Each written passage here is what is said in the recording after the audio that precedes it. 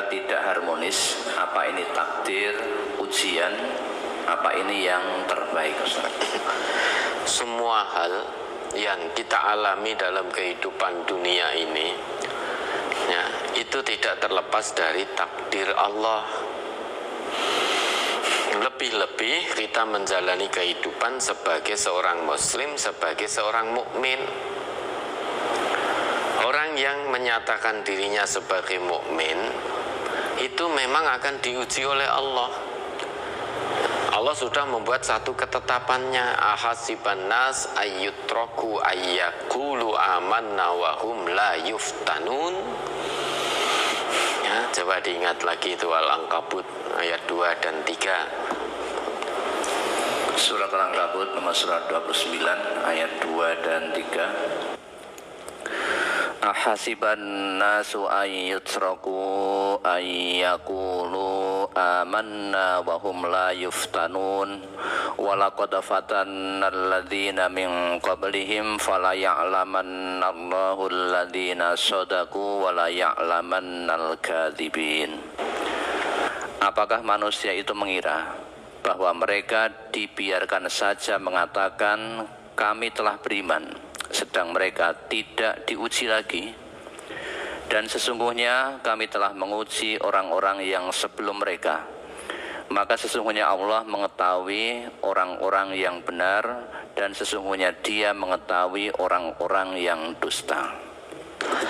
Ini sudah menjadi satu konsekuensi bagi siapapun yang menyatakan keimanannya kepada Allah. Bagi siapapun yang menyatakan keimanannya kepada Allah sesuai dengan ketetapan Allah, dia pasti akan diuji. Tidak akan dibiarkan begitu saja oleh Allah dengan menyatakan amanah. Tidak akan dibiarkan begitu saja oleh Allah tanpa diuji. Orang yang mengatakan telah beriman kepada Allah kok tidak diuji oleh Allah? Allah pasti akan berikan ujiannya. Sampai kapan? Sampai dia tinggalkan dunia yang fana ini, artinya sampai mati. Selama masih hidup sebagai seorang mukmin, maka dia akan terus diuji oleh Allah. Ya. Dan ujian bisa bergonta-ganti, bisa dengan sesuatu yang buruk, yang tidak menyenangkan, termasuk yang ditanyakan ini. Ya, ekonomi sempit. Bisa juga dengan ujian yang menyenangkan. Ketika diuji dengan ekonomi sempit, lulus. Belum tentu dengan ekonomi lapang. Ujian akan terus berganti dari Allah. Ada yang diuji dengan kesenangan, lulus. Begitu ujiannya diganti oleh Allah dengan kesusahan, tidak lulus. Ada yang diuji dengan kesempitan, lulus, semakin dekat kepada Allah. Begitu ujiannya diganti oleh Allah dengan kesenangan, dengan kelapangan, ternyata menjadi sombong, menjadi kufur nikmat. Nah, maka selama menjadi orang yang beriman itu pasti akan diuji. Kalau ingin tidak diuji lagi oleh Allah, keluar dari keimanan, maka tidak diuji, nanti diujo. Bedanya itu. Orang yang beriman itu akan diuji. Orang yang tidak beriman kepada Allah itu akan diujo. Nah, satu saat setelah selesai diujo, maka akan datang azab secara tiba-tiba. Nah, kita pilih mana? Diuji dengan potensi ada surganya Allah, menjalani ujian itu, atau kita pilih diujo namun potensi surga tertutup rapat. Nah, dulu orang-orang sebelum kita, orang-orang yang telah menyatakan keimanannya kepada Allah, itu juga telah diuji oleh Allah. Walaqad fatannal ladzina min qablihim. Tujuannya apa? Fala ya'lamannallahu alladhina shadaqu wa la ya'lamannal kadzibin. Kalau Allah sudah maha mengetahui siapa yang imannya sodik, siapa yang imannya kadzib. tujuan adanya ujian dari Allah itu agar kita mengetahui paling tidak sejauh mana kadar keimanan kita kepada Allah. Apakah diuji dengan kesusahan lantas kita mengeluh, menyalahkan Allah? Kalau itu yang dilakukan berarti iman kita kadzib, bohong. Diuji dengan sempitnya ekonomi kok mengeluh, sambat terus. Seolah-olah rezeki dari Allah itu hanya uang, hanya materi. Selain uang, seolah-olah bukan nikmat dari Allah. Maka begitu diuji dengan kesempitan ekonomi, sambat terus.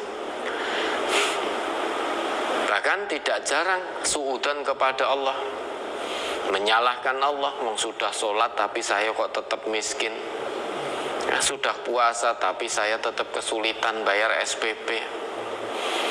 Jadi sambat terus. Bukan Allah yang salah, ada yang salah dengan sholat kita. Ya, kita sudah sholat kok tetapi belum ada jalan keluar. Bukan Allah yang salah. Koreksi, introspeksi sholat kita. Ada yang salah dengan sholat kita. Ya, bisa jadi sholat kita tidak berfungsi. Termasuk mengeluh itu perbuatan mungkar. Padahal salah satu fungsi sholat tanha anil mungkar. Nah, kita mengeluh itu satu perbuatan mungkar. Suudzon kepada Allah adalah kemungkaran. Sekalipun sudah sholat, ternyata sholatnya belum berfungsi. Maka ya tidak diberi solusi oleh Allah, tidak ada makhraj. Nah, dan ingat, ujian dari Allah itu banyak macamnya.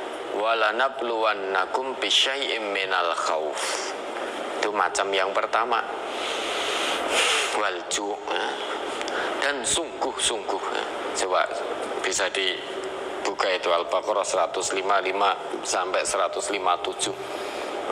Surat Al-Baqarah ayat 155 sampai 157.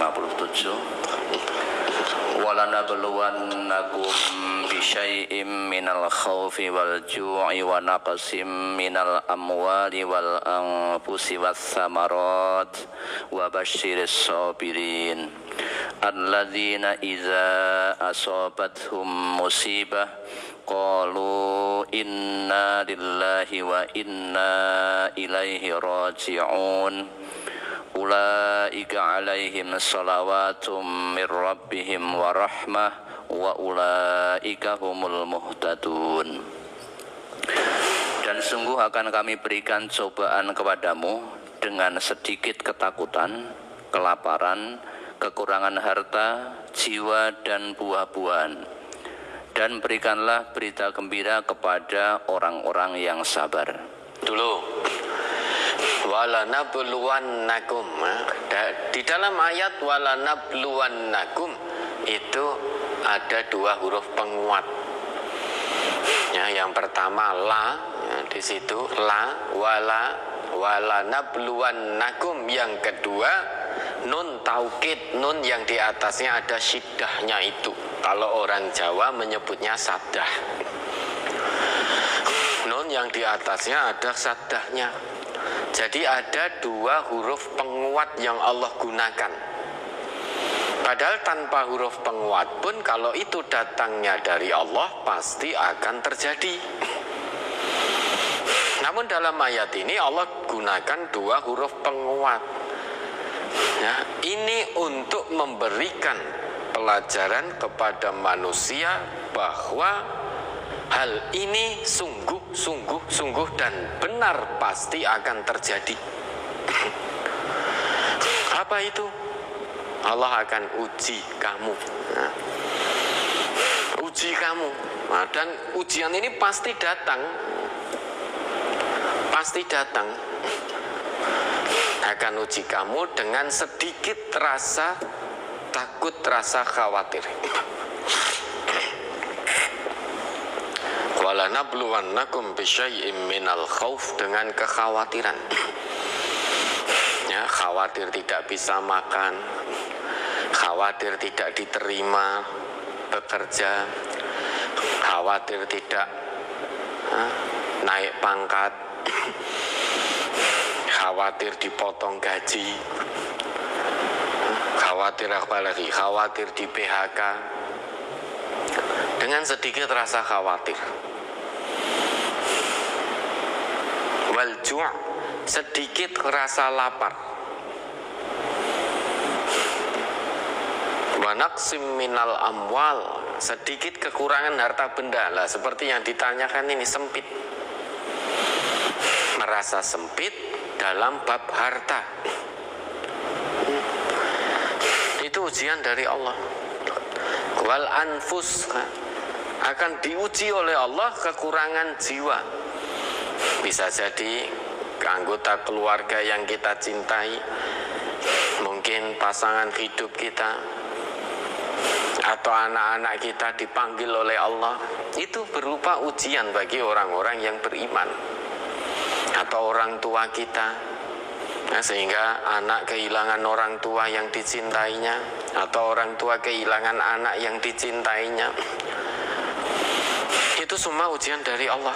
Wasamarot, buah-buahan. Nah, kalau dulu memang maknanya buah-buahan, tetapi ini mengalami perluasan makna, tausi'ul makna, mengalami perluasan makna. Buah-buahan tidak hanya berarti sebatas buah yang kita kenal. Di samping meliputi makna tersebut, namun buah di sini bisa pula bermakna buah dari hasil usaha kita.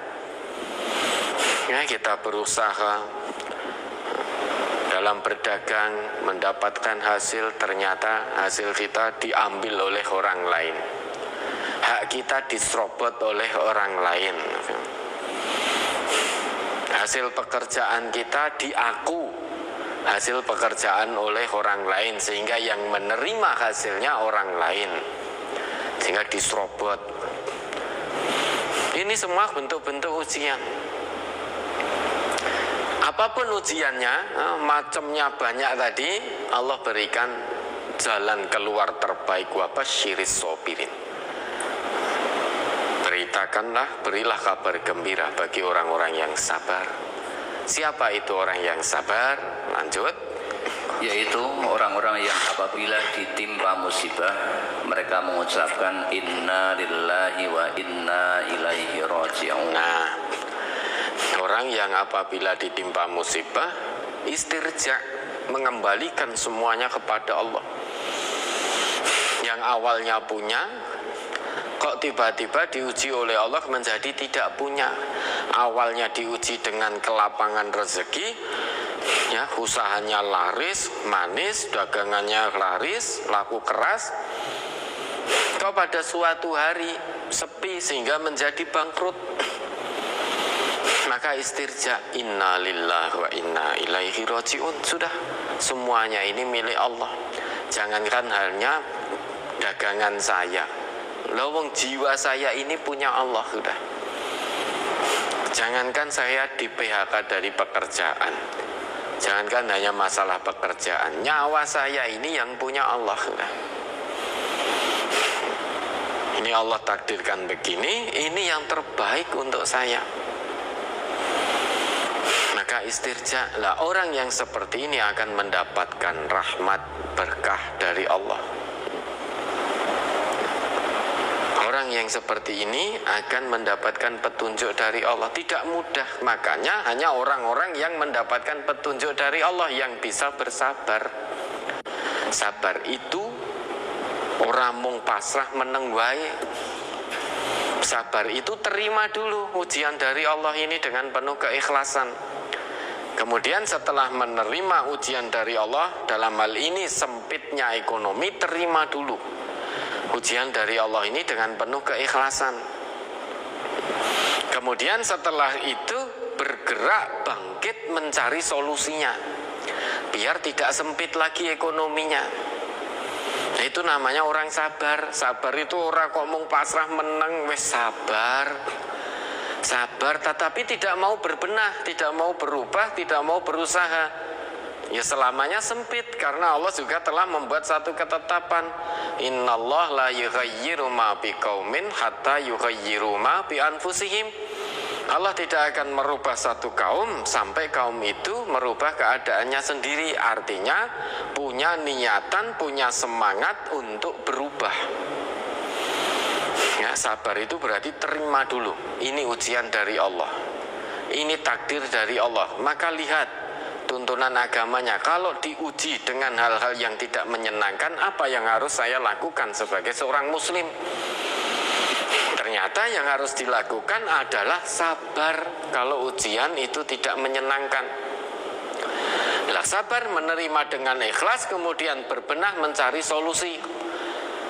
Nah kalau kemudian satu hari solusi sudah didapat, kemudian Allah uji dengan ujian kesenangan, lapangnya rezeki, maka dari sabar kemudian bersyukur. Diuji dengan kesenangan, bersyukur, mensyukuri nikmat Allah. Itu orang yang beriman. Sehingga tidak perlu ngeluh. Hanya dua pilihan itu, syukur atau sabar. Diuji dengan kesenangan, kita bersyukur. Diuji dengan kesusahan, kita bersabar. Tidak bisa kita milih, ya Allah uji saja saya dengan kesenangan, ya Allah. Tidak bisa. Ya Allah uji saya dengan Engkau anugerahi rumah megah, ya Allah. Saya sepertinya bisa lulus kalau Engkau uji dengan kesenangan, ya Allah. Uji saya dengan naik pangkat, dengan gaji melimpah. Tidak bisa kita minta seperti itu kepada Allah. Allah maha mengetahui keadaan hambanya. Pingin ngono secara hati, kita inginnya diuji oleh Allah dengan hal-hal yang menyenangkan.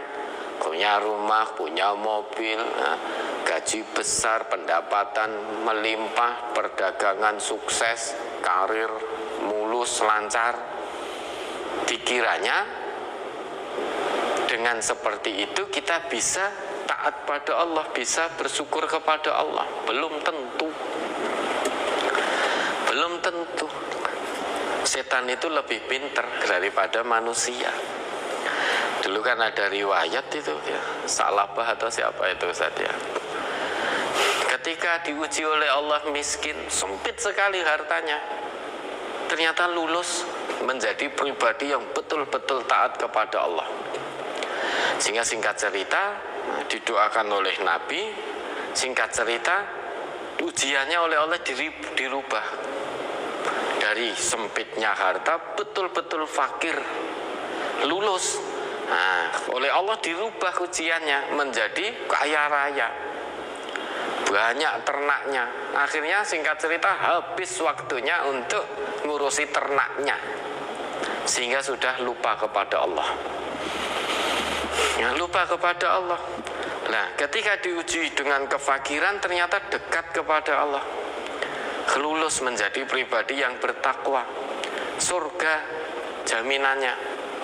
Nah, begitu diuji dengan kekayaan, ternyata menjadi kufur, sombong, surganya menjadi hilang. Surganya menjadi hilang. Maka kita tidak bisa minta kepada Allah, ya Allah uji aku dengan kesenangan, ya Allah. Belum tentu kita lulus. Ya, Allah maha mengetahui. Lah, kalau ternyata Allah menghendaki, menakdirkan untuk menguji kita dengan kesenangan, senjata paling ampuh untuk itu adalah kita bersyukur. Ya, dengan bersyukur inilah kebaikan dari Allah. Ma asobaka min hasanatin fa minallah. Wa ma asobaka min sayyi'atin fa min nafsik. Coba dengan kembali An-Nisa 79. Surat An-Nisa nomor surat 4 ayat 79. Ma asobaka min hasanatin fa minallah wa ma asobaka min sayyi'atin fa min nafsik wa arsalnaka linnasi rasula wa kafa billahi syahida. Apa saja nikmat yang kamu peroleh adalah dari Allah. dan apa saja bencana yang menimpamu, maka dari kesalahan dirimu sendiri. Kami mengutus menjadi rasul kepada segenap manusia. Kami mengutusmu menjadi rasul kepada segenap manusia, dan cukuplah Allah menjadi saksi. Dalam ayat ini Allah menjelaskan bagaimana harusnya kita bersikap. Ya, kalau diuji dengan kesenangan kita bersyukur, diuji dengan kesusahan kita bersabar, maka syukur dan sabar itu adalah kebaikan. Yang namanya kebaikan itu datangnya dari Allah. Orang yang diuji oleh Allah dengan kesusahan itu bukan berarti otomatis itu buruk, tidak. Buruk kalau ternyata dia mengeluh, karena sifat mengeluh itu bukan dari Allah. Sedangkan kalau diuji dengan kesusahan, pilihan kita hanya sabar. Nah, dengan sabar itulah kita akan mendapatkan kebaikan. Nah, kebaikan itu hakikatnya dari Allah. Kalau diuji dengan kesusahan kok kita tidak bersabar, malah mengeluh sambat terus, maka famin nafsik, itu dari dirimu sendiri, bukan dari Allah. Berarti pilihan kita sendiri. Kalau dari Allah, orang yang diuji dengan susah, maka dia harusnya bersabar kalau beriman kepada Allah. Tetapi milih sambat, lah sambat itulah pilihan dirinya sendiri. Nah, kalau itu pilihan dirinya sendiri pasti buruk. Nah, keburukan itu bukan dari Allah, tetapi dari dirimu sendiri. Karena Allah perintahkan melalui nabinya, ya, atau langsung Allah sendiri tadi, kalau diuji dengan musibah sabar, maka wabasyiris sobirin tadi. Lah kok ini malah sambat berkeluh kesah, berarti dia memilih pilihan dari selain yang Allah dan Rasul pilihkan. Andai kata dia mengikuti apa yang Allah dan Rasul pilihkan, yaitu bersabar, maka itu hasanah. Dan setiap kebaikan, sikap sabar itu ya, merupakan satu kebaikan. Dan setiap kebaikan pasti dari Allah, karena itu pilihan dari Allah dan Rasul. Nah, kalau mengeluh berarti pilihannya sendiri, bukan pilihan Allah, bukan pilihan Rasul. Maka pasti buruk. Dan setiap keburukan itu bukan dari Allah, tetapi dari diri manusianya sendiri. Jadi ayat ini menjelaskan tentang bagaimana kita bersikap. Kalau diuji kesenangan kita bersyukur, maka syukur itu sebagai kebaikan bagi kita. Dan setiap kebaikan itu datangnya dari Allah. Diuji dengan kesenangan kok kita sombong, maka sombong itu merupakan satu keburukan. Karena Allah tidak menyukai hambanya yang sombong. Lah, sombong itu pilihan diri kita sendiri berarti. Dan pasti buruk. Pilihan manusia meninggalkan pilihan Allah dan Rasul pasti buruk. Dan keburukan itu, setiap keburukan bukan dari Allah, tetapi dari diri manusianya sendiri. Lah, ini tergantung jenengan. Diuji dengan kesempitan ekonomi menurut pengakuannya tadi. Lah, bagaimana sikap jenengan? Apakah akan berkeluh kesah? Kalau berkeluh kesah berarti panjenengan meninggalkan pilihan yang dipilihkan oleh Allah dan Rasul, yaitu sabar. Lebih menuruti pilihan sendiri. Kalau menuruti pilihan sendiri, akibatnya pasti buruk. Dan keburukan itu bukan dari Allah, tetapi dari diri jenengan sendiri. Lah, tentu sebagai seorang muslim, seorang mukmin, tentu panjenengan akan milih sabar. Sabar bukan berarti diam pasrah tanpa usaha. Sabar berarti menerima bahwa ini ujian keimanan dari Allah, ujian ketakwaan dari Allah. Kemudian setelah itu lebih mendekat lagi kepada Allah, berusaha mencari solusinya. Inilah jalan seorang yang beriman dalam menghadapi aneka macam ujian dari Allah. Ujian senang, syukur. Ujian susah, sabar. Sudah, dua itu saja senjatanya.